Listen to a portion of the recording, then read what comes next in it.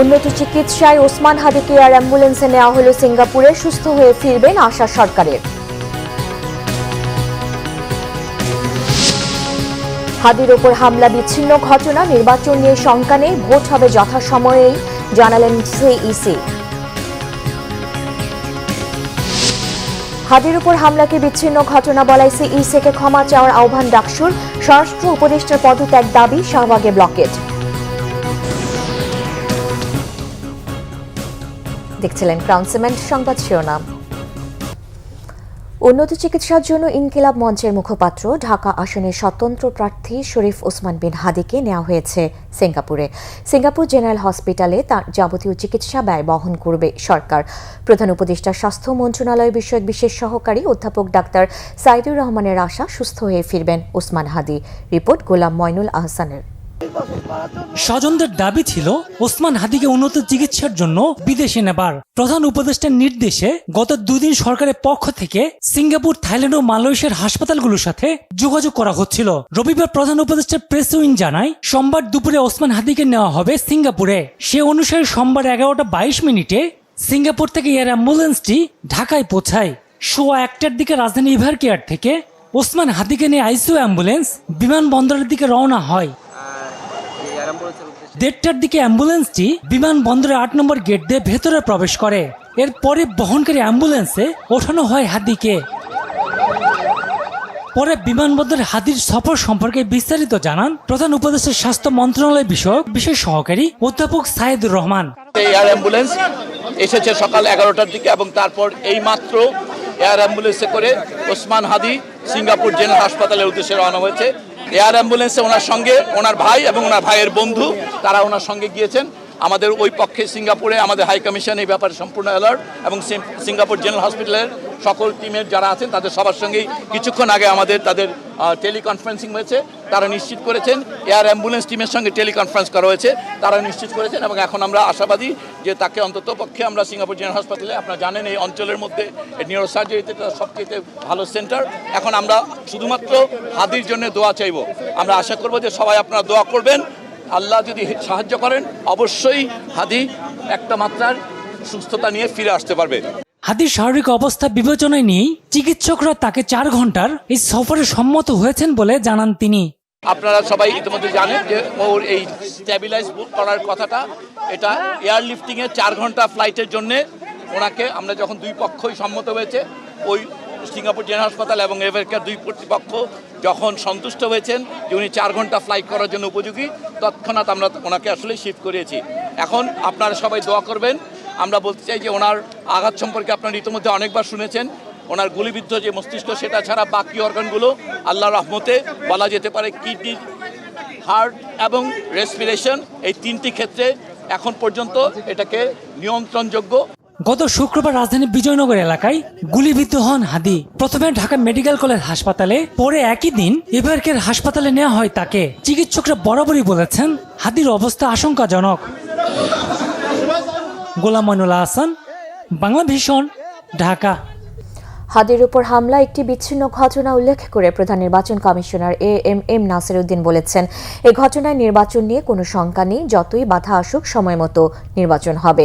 এদিকে ইউরোপীয় ইউনিয়নের রাষ্ট্রদূত মাইকেল মিলার বলেছেন, বাংলাদেশের আগামী নির্বাচন অবাধ, সুষ্ঠু ও গ্রহণযোগ্য হবে, এমন প্রত্যাশা সবার সাথে তাঁরও।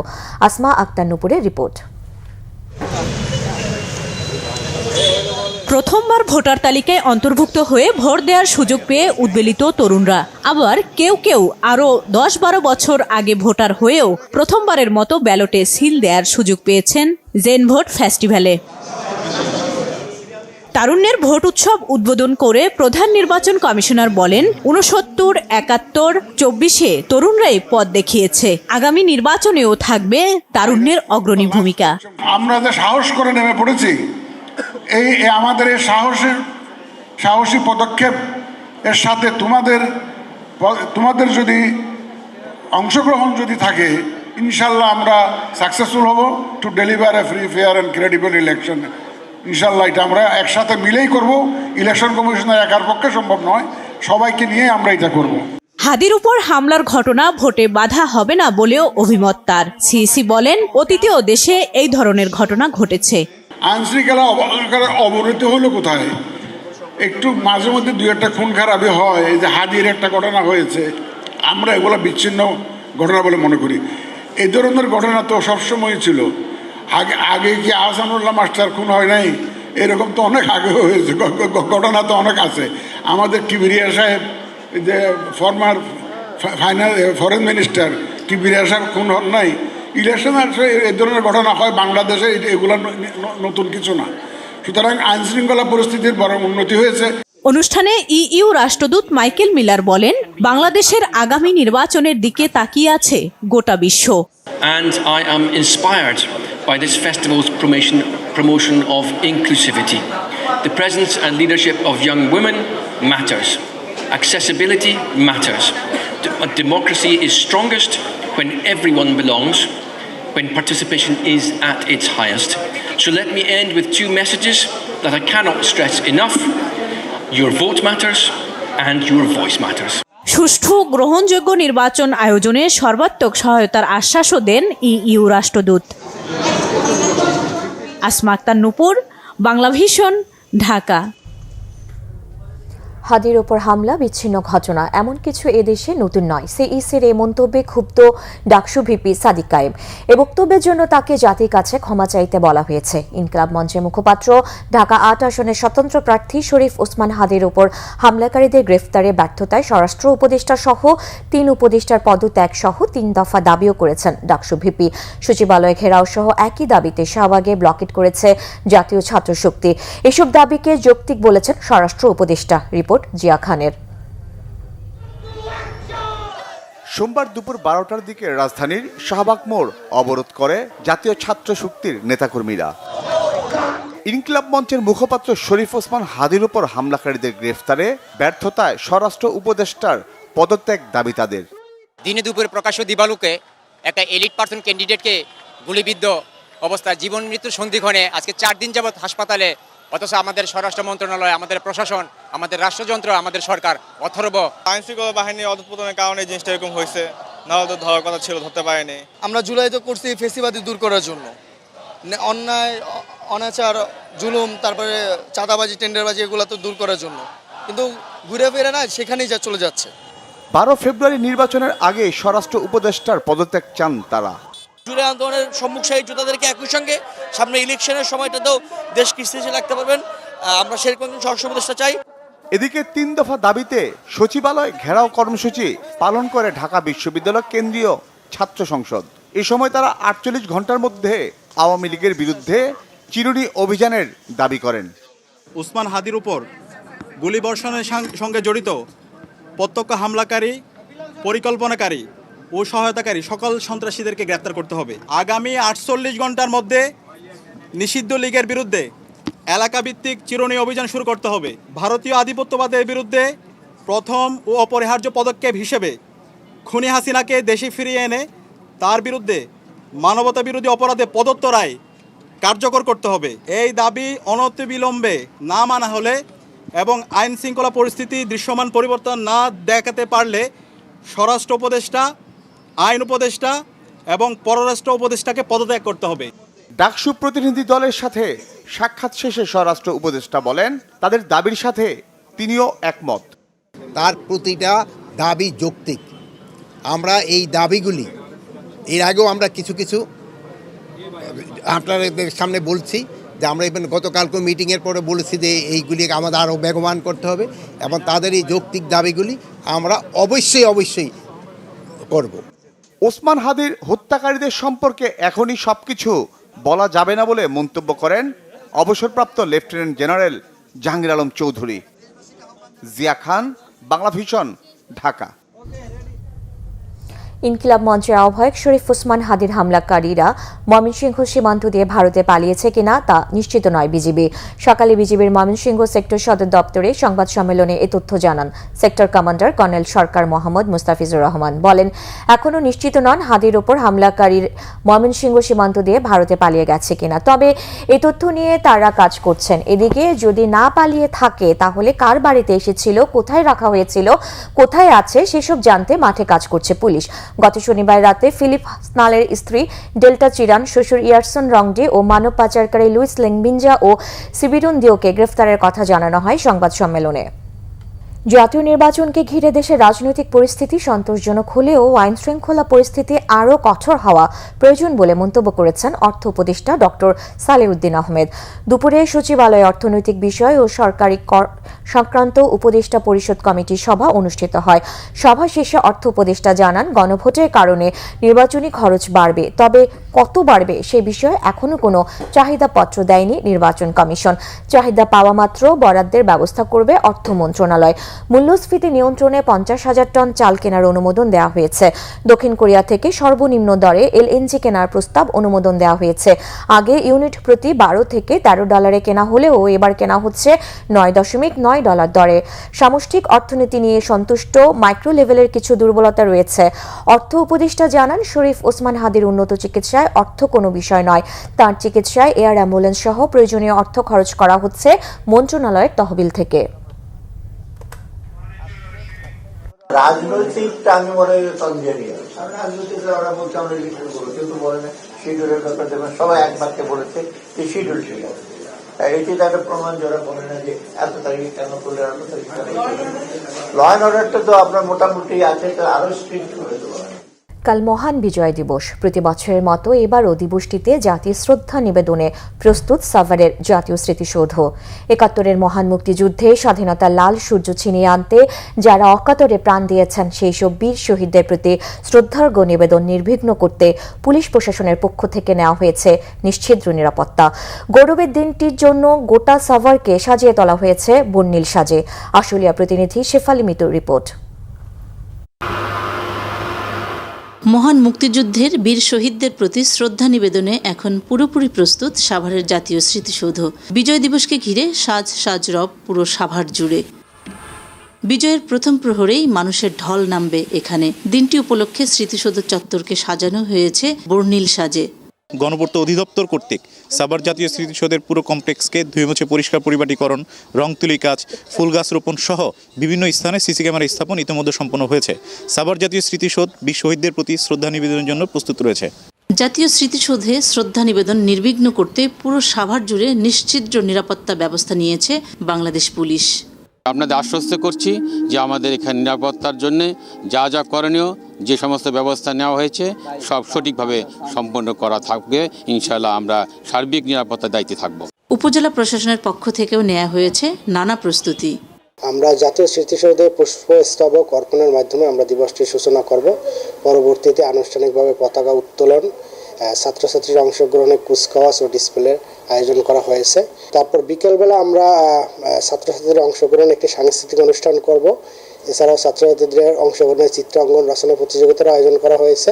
রাষ্ট্রপতি, প্রধান উপদেষ্টা, প্রধান বিচারপতি, বিদেশি কূটনীতিক সহ রাষ্ট্রের উচ্চ পদস্থ কর্মকর্তাদের শ্রদ্ধা নিবেদন শেষে স্মৃতিসৌধ চত্বর উন্মুক্ত করে দেয়া হবে সর্বস্তরের মানুষের শ্রদ্ধা নিবেদনে।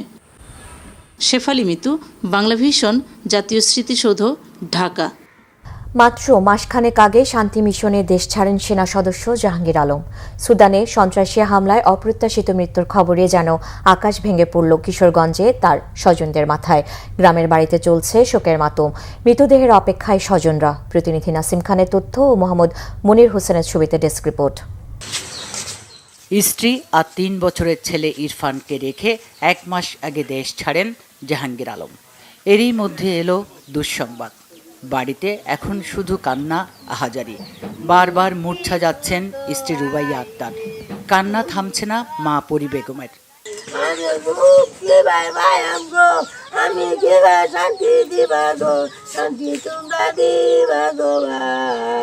সুদানে সন্ত্রাসী হামলায় নিহত সেনা সদস্য জাহাঙ্গীর আলমের বাড়ি কিশোরগঞ্জ পাকুন্দিয়ার তারাকান্দি গ্রামে। বাবার নাম হযরত আলী। তিনি বাংলাদেশ সেনাবাহিনীর মেস ওয়েটার পদে কর্মরত ছিলেন।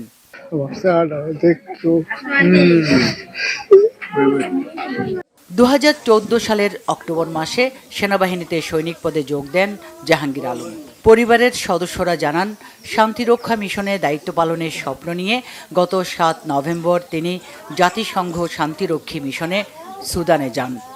লাশের ব্যাপারে লাশটা তো তাড়াতাড়ি আমরা পৌঁছাতে যা আমরা সবাই দেখার লাগে অপেক্ষা। সেই মূলত এই উপার্জনশীল ছিল, পিতা একেবারে কৃষির উপর নির্ভরশীল, নিজেদের তেমন জমি নাই। সরকারের কাছে আমাদের প্রত্যাশা থাকবে ওনার ফ্যামিলির ছেলে আছে, বউ আছে, ওনাদের যাতে একটা সম্মানজনকভাবে বেঁচে থাকতে পারে।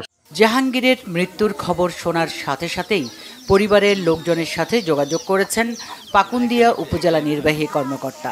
সরকারি কবে লাশ আনাবে আমি বারবার খোঁজখবর নেওয়ার চেষ্টা করছি। সরকারের যে অন্যান্য সহযোগিতাগুলো সরকারের পক্ষ থেকে তুলে দিবে সেগুলো যথাসময় আমি তাদের কাছে পৌঁছায় দেব, এবং উপজেলা প্রশাসন ব্যক্তিগতভাবে এই পরিবারের পাশে সবসময় আছে। 3 ভাইয়ের মধ্যে জাহাঙ্গীর আলম ছিলেন মেঝো, বড় ভাই মোহাম্মদ মোস্তফা প্রবাসী, ছোট ভাই শাহিন মিয়া করেন কৃষিকাজ। Bangla vision news desk. সুদানে ইউএন ঘাঁটিতে নিহত শান্তিরক্ষী সবুজ মিয়ার গাইবান্ধার পলাশবাড়িতে চলছে শোকের মাতম। শোকে মূর্ছা যাচ্ছেন স্বজনরা। পলাশবাড়ির মহিউদ্দিপুরে ইউনিয়নের আমলাগাছি গ্রামের বাসিন্দা সবুজ মিয়া 2010 সালে সেনাবাহিনীতে যোগ দেন। 8 বছর আগে কাজ শুরু করেন লন্ড্রি কর্মচারী হিসেবে। এক ভাই ও এক বোনের মধ্যে সবুজ ছোট। পরিবারের একমাত্র কর্মক্ষম ব্যক্তিকে হারিয়ে তার মা, স্ত্রী সহ স্বজনরা ভেঙে পড়েছেন। পুরো গ্রাম জুড়ে নেমেছে শোকের ছায়া। সুদানের আবেই অঞ্চলে জাতিসংঘ শান্তিরক্ষা মিশনের আওতাধীন কাদগুলি লজিস্টিক বেসে বিচ্ছিন্নতাবাদী সশস্ত্র গোষ্ঠীর ড্রোন হামলায় 6 বাংলাদেশি শান্তিরক্ষীর সাথে নিহত হন সবুজ মিয়াও। মিশনে আর সে বলছে আমায় একটাই ফোন করবে যখন বাংলাদেশের সময় 1টা বাজে। বলছে ডিউটি থেকে এসে আমি তোমার সাথে কথা বলবো, তুমি লাইনে থাকবা। বলছি আচ্ছা, তুমি আমাকে ফোন করিও, আমি লাইনে থাকবো।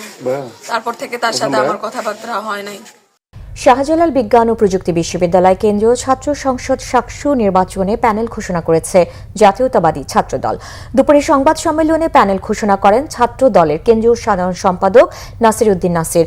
বিশ্ববিদ্যালয়ের গোল চত্বরে সংবাদ সম্মেলনে তিনি বলেন, শিক্ষার্থীদের অধিকার আদায়ে এই সংসদ কাজ করবে। জাতীয় সংসদ নির্বাচনের ডামাডোলের সময় ছাত্র সংসদ নির্বাচনের নজির আছে কিনা এমন প্রশ্নও রাখেন Nasir Uddin.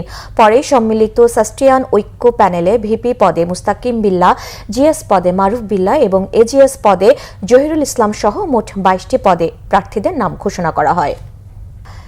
David hunt beige tour অভিযানে গ্রেফতার করা হয়েছে খাগড়াছড়ি পৌর আওয়ামী লীগের সাংগঠনিক সম্পাদক নুরু মোহাম্মদকে। জেলা সদরের পানখাইয়া পাড়া এলাকায় জেলা ডিবি পুলিশ ও সদর থানা পুলিশের যৌথ অভিযানে কার্যক্রম নিষিদ্ধ সংগঠন খাগড়াছড়ি পৌর আওয়ামী লীগের সাংগঠনিক এই সম্পাদককে গ্রেফতার করা হয়। এ নিয়ে গত দুদিনে 4 আওয়ামী লীগ নেতাকে গ্রেফতার করল পুলিশ। এর আগে শনিবার রাতে আওয়ামী লীগ কার্যালয়ের সামনে থেকে জেলা যুবলীগের সদস্য বোরখান উদ্দিন চৌধুরী, শান্তিনগর এলাকা থেকে জেলা স্বেচ্ছাসেবক লীগ নেতা হাবিবুর রহমান হাবিব ও পৌর যুবলীগ নেতা মোহাম্মদ রুবেলকে কুমিল্লা টিলা এলাকা থেকে গ্রেফতার করা হয়। নির্বাচনের আগে সহিংসতা প্রতিরোধে এ অভিযান চলবে বলে জানিয়েছে পুলিশ। ব্রাহ্মণবাড়িয়ায় বাংলাদেশ গ্যাস ফিল্ডস কোম্পানি লিমিটেডের উদ্যোগে তিতাস ও কামতা গ্যাস ফিল্ডে আরও 4টি নতুন কূপ খননের কাজ শুরু হয়েছে। দেশের জ্বালানি চাহিদা পূরণের লক্ষ্যে পেট্রো বাংলার আওতাধীন বিজিএফসিএল এই উদ্যোগ নিয়েছে। কাজ শেষ হলে এখান থেকে প্রতিদিন 15 মিলিয়ন ঘনফুট গ্যাস জাতীয় গ্রিডে যুক্ত হবে। সকালে তিতাস গ্যাস ফিল্ডে সি লোকেশনে 28 নম্বর কূপের খনন কাজ উদ্বোধন করা হয়। সভাপতিত্ব করেন বিজিএফসিএল এর ব্যবস্থাপনা পরিচালক প্রকৌশলী মোহাম্মদ ফারুক হোসেন। প্রধান অতিথি ছিলেন পেট্রো বাংলার পরিচালক প্রকৌশলী মোহাম্মদ শোয়েব। অনুষ্ঠানে আরও উপস্থিত ছিলেন প্রকল্প পরিচালক প্রকৌশলী একেএম জসিমউদ্দিন, মহাব্যবস্থাপক মেহেরুল হাসান, পেট্রো বাংলা পরিচালক লিনজেন সহ সংশ্লিষ্টরা। দেশে বিভিন্ন জায়গার আরও কিছু খবর নিয়ে এবার ডেস্ক রিপোর্ট। বিএনপির সহ কর্মসংস্থান বিষয়ক সম্পাদক ওয়াদুদ ভুঁইয়ার সমর্থনে খাগড়াছড়ির বিভিন্ন জায়গায় ভোট চাওয়া হয়েছে। জেলা বিএনপির প্রধান উপদেষ্টা জাকিয়া জিনাত বিথির নেতৃত্বে জেলা সদরের শব্দ মিয়াপাড়া ও শান্তিনগর এলাকায় সকাল থেকে এই প্রচারণা চালানো হয়।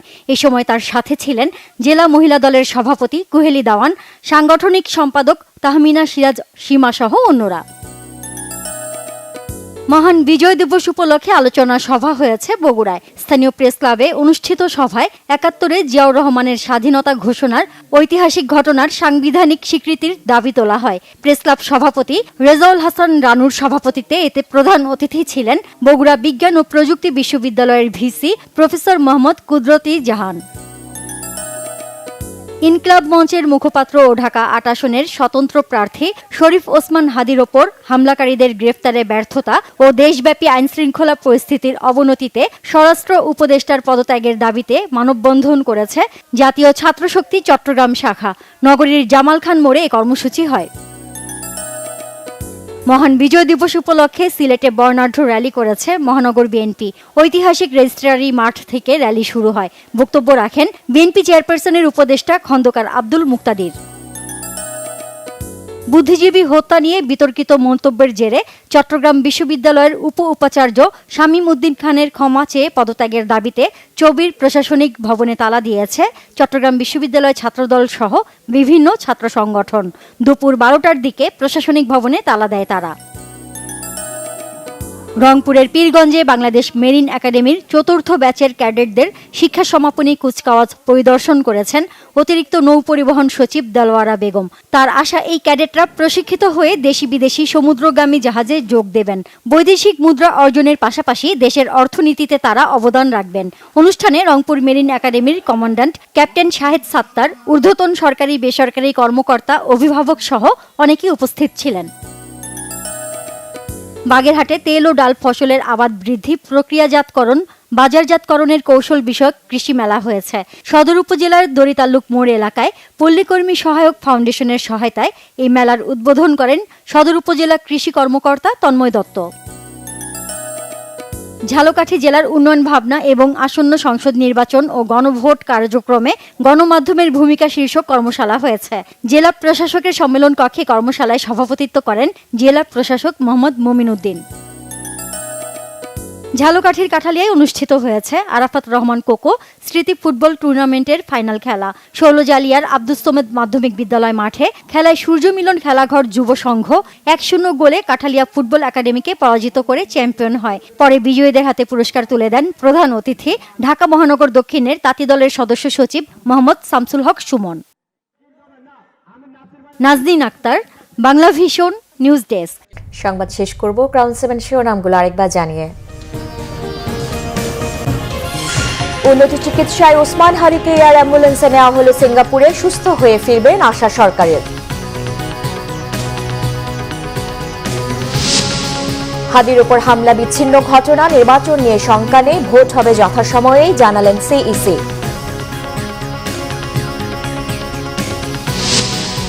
হাদির উপর হামলাকে বিচ্ছিন্ন ঘটনা বলায় সিইসিকে ক্ষমা চাওয়ার আহ্বান ডাকসুর, স্বরাষ্ট্র উপদেষ্টার পদত্যাগ দাবি শাহবাগে ব্লকের। এই ছিল এখনকার মতো। পরের সংবাদ সন্ধ্যা 7:30টায় দেখার আমন্ত্রণ রইল। এতক্ষণ সাথে থাকায় ধন্যবাদ।